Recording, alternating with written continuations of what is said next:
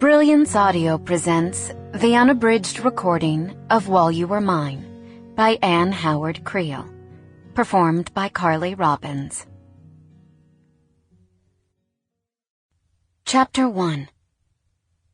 August 14, 1945. For days, New York City drifted in a daze of nervous anticipation, awaiting the news of Japanese surrender. Already we'd been through the devastation of Roosevelt's death, the satisfaction of Hitler's, the celebration of Victory in Europe Day, and the stunning news that the United States had dropped massively destructive bombs on 2 cities in Japan. But one thing remained. The Japanese had yet to lay down their arms, and until they did, an electric restlessness filled the air, encapsulating us like a fog. I'd heard that crowds were already beginning to gather in Times Square. The end could come at any minute, and yet there was uncertainty, too. Doubt about what the future would hold. A sense that maybe we were waiting for something we wouldn't be able to capture again. My heart hammered inside my chest from time to time, and I would find myself clutching my blouse over my sternum. Call it instinct, but a feeling that something besides the announcement of victory was going to happen kept washing over me in waves.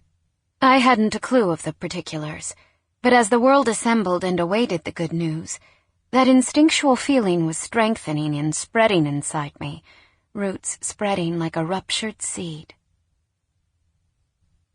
On that Tuesday, I left my little daughter with the babysitter for a few extra hours after my shift ended, so I could go shopping. I chose to do something pleasurable on that extraordinary day, perhaps in an attempt to calm the internal gnawing sense of knowing something that held itself vague. It always gave me an extra spring in my step to shop for Mary, since well before her first birthday in July, my little one had been outgrowing her baby clothes in weeks instead of months.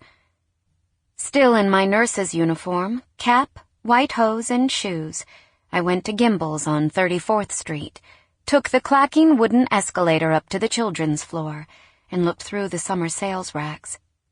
I picked up a couple of jumpers, some t-shirts, and a pair of pajamas, and then I took my bag of purchases into a diner for something to eat. I sat at the bar and ordered coffee and the special hot plate, and when I was about to head home, shouts came from the street. Sample complete. Ready to continue?